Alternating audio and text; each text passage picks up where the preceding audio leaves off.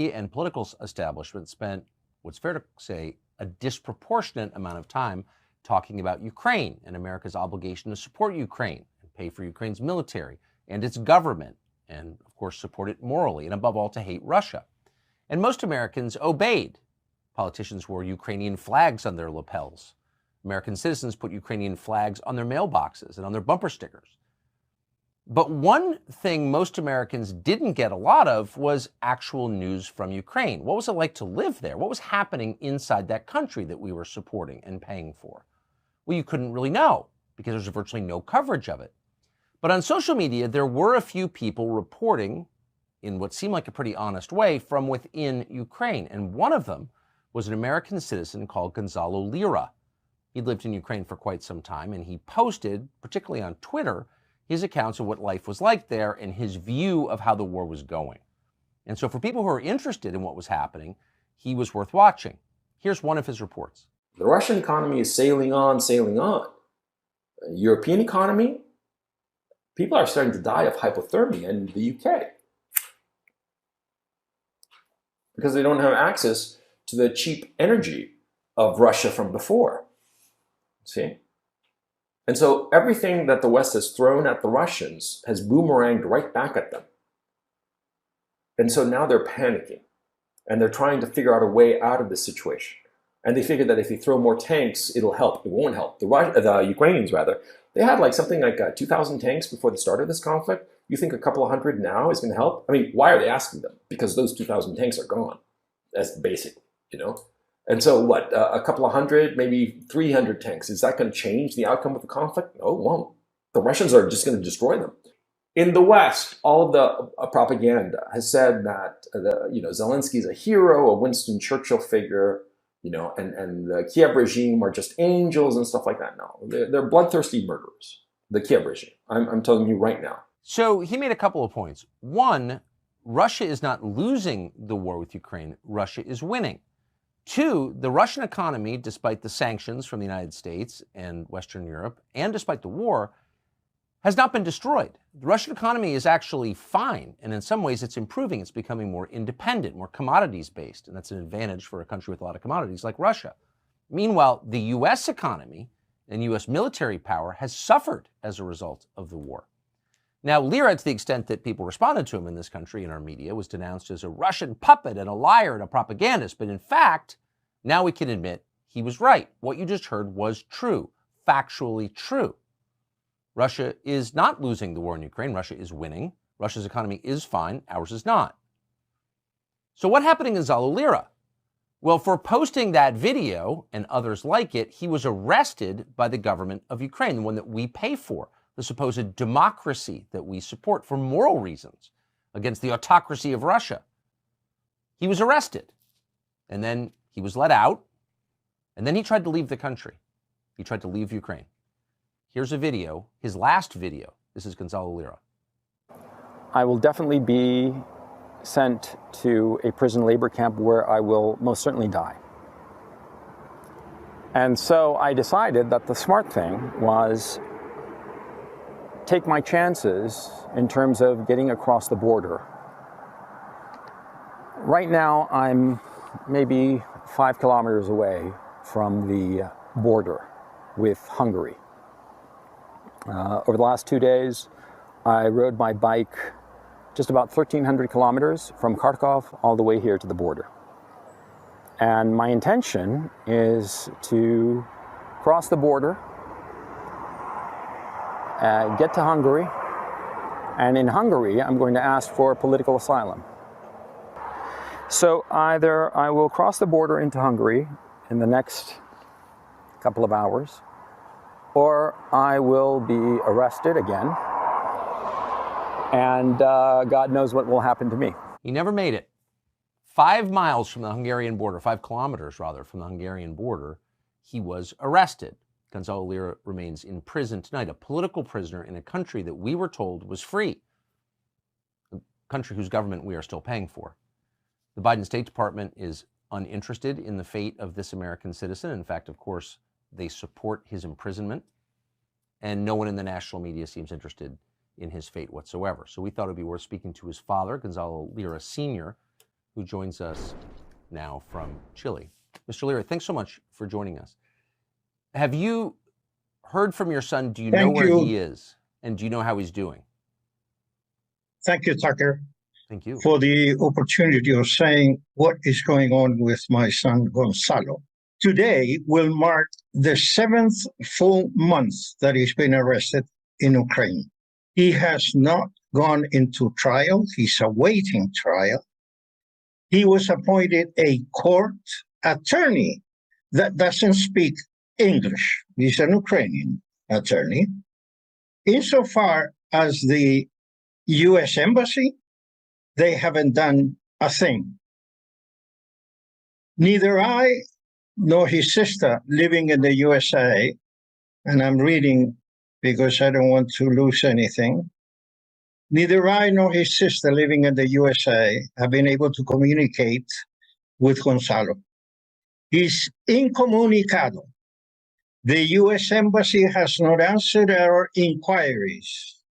The embassy in Kyiv never offered a defense attorney, never visited him, except for the first time, his court appointment last November 8th. The embassy has just burned out Gonzalo. An American citizen by birth is in jail because he was exercising his right of freedom of speech. His defense, as I said before, is in the hands of a court appointment Ukrainian attorney that doesn't speak any English.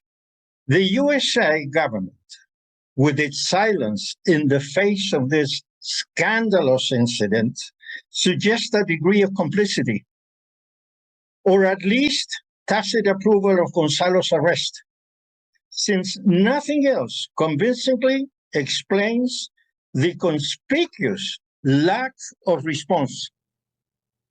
Let me just read further, if I may, Tucker. I hope you will. Gonzalo was arrested last year on April the 15th, Good Friday, till the next Friday, 22nd, for that full week, without any charges. He was simply detained. They stole all of his equipment. He couldn't continue working after he was released for at least 2-3 weeks, trying to obtain equipment to continue. His criticism of Zelensky's Nazi regime, supported by the US government, by Mr. Biden, who makes, he is making gargles, that we have to defend democracy. What democracy? Ukraine has never had democracy, let alone today with this man Zelensky. He's a well-known dictator. They were going to have elections, Tucker, and they canceled those elections. During the Vietnam War, there were elections in South Vietnam, in the middle of the war, Tucker, if you remember. I do remember. I lived those years in the USA. Let me say more. Last April 27th of this year, Gonzalo put on a web video, this time, and for the first time, Tucker, heavily criticizing Joe Biden and Kamala Harris. 4 days later, the Zelensky police detains Gonzalo through that terrible, sinister Gestapo called SPU. My thinking is that the Democratic Party establishment will try to get rid of Joe Biden and shoehorn in Kamala Harris. Because Kamala Harris, make no mistake about it, she's an idiot. I seriously believe that she has under 90 IQ points. She is so stupid. Isn't it odd, Tucker, that 4 days later, after condemning Joe Biden and Kamala Harris, Gonzalo is arrested? Why was he not detained earlier? When he was let go the previous year, May 22nd of last year, Gonzalo continued the same language, the same criticism against the war. He predicted from day one, practically, that Ukraine would never win a war against Russia. He also said, this is going to bleed the USA and the NATO countries. holding on for Ukraine to hold a battle with Russia, which will never be won, will never be, successful. Did the State Department, Tucker, give the green light to Zelensky to put my son in jail? This is something that it is unbelievable. I mean, the obvious conclusion is if the U.S. government is approving and maybe even encouraging what happened to your son, a man being thrown into prison to die because he criticized the regime, if they're okay with that in Ukraine, why wouldn't they be okay with that in the United States? I really don't understand. It just puzzles me. It just puzzles me also with the prompt defense of the reporter, the Wall Street Journal reporter that was detained in Russia. Well, he was really exchanging military secrets. And my goodness, the way they were defending this man, I don't even know if he's a U.S. citizen. But anyway, his name, I wrote it somewhere, totally different to Gonzalo. No one from the U.S. Embassy is defending my son. He lived in the U.S. all of his life. He's a Dartmouth graduate. I mean, he lived in the USA. He has, published Counterparts, one of his, books. He's been writing also. He's a writer. And the US hasn't done anything. I cannot understand. If we're going to protect democracy in the world, let's start by taking out that puppet called Zelensky and let Congress in the USA, for crying out loud, once and for all, impeach this man. He cannot continue. The US is sliding down every day, Tucker. The Chinese are winning us. I mean, what kind of foreign policy are we getting into? The worst of it all is that either they don't know history, because there are a bunch of ignorance in the White House, or they don't know. I mean, Gorbachev with Bush Sr., with President George Bush Sr., Gorbachev proposed him. We are going to dissolve the Soviet Union as such, and with it, we'll dissolve the Warsaw Pact, which was our response to NATO. But give me assurance that the countries that today belong to the Soviet Union and will be independent countries will not go into NATO. Putin, the only thing was asking Tucker was not to have Ukraine enter the NATO alliance. He didn't want to be surrounded by NATO countries, just like John Kennedy didn't want the USA to have missiles, for crying out loud, in Cuba. Putin was doing the same. The big question is, what if Ukraine had complied of not going into NATO force, alliance? Nothing would have happened. There wouldn't have been a Russian invasion. Like you said before, the US is bleeding money, but it is costing a fortune.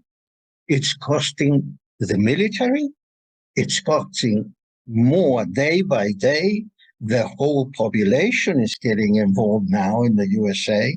There are constant protests now that we have the other problem with Israel. Where are we going to? When are we going to be the great nation we were? Or is it too late, Tucker? We have to change the government. This man cannot continue with this policy in the world. It's the wrong policy. The world is beginning to hate the USA because they see the USA and the sign is military weapons, war. Years back, the protector of the small countries, Tucker. I lived those years. Second World War, thank God for the USA. He was England's and Europe's savior. Well, what happened to that country? This that is happening to my son is a victim of this Biden government and his relation with that puppet Zelensky. Zelensky is a man that has made opponents, political opponents, disappear. Gonzalo published 2 years ago a list, I think it was 12 or 13 individuals that had disappeared. They were tortured and then, killed. And Gonzalo said, if I'm off the air for more than 24 hours, add me on the list.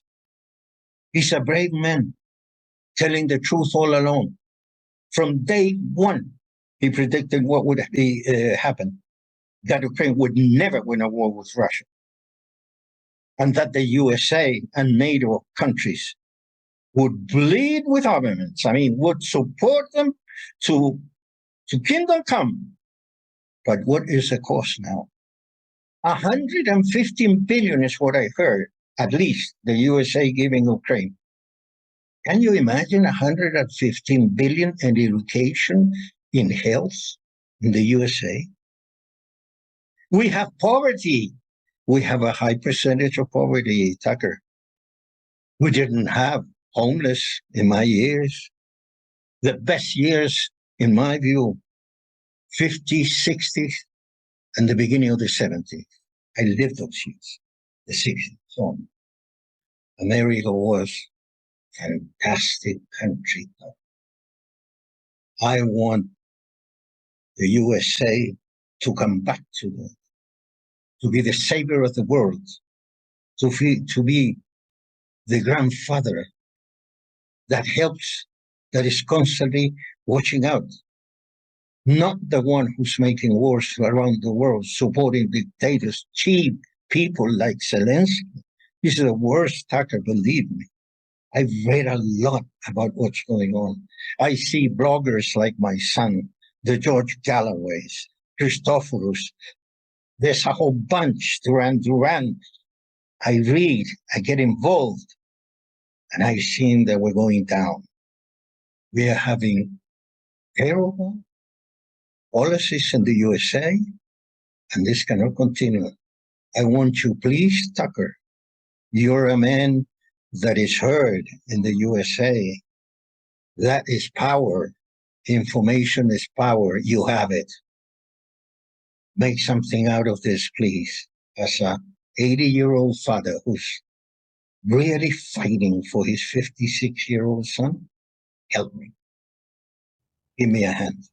Well, I think you're helping him by what you just said, Mr. Lira, and I'm grateful to hear it, and I'm confident that when people step back and listen to what you're saying without emotion, they'll see that we've made a terrible mistake. And we're really hoping that your son is out soon, and I hope that you will keep us informed about what the State Department does. I hope this pushes them. Thank you.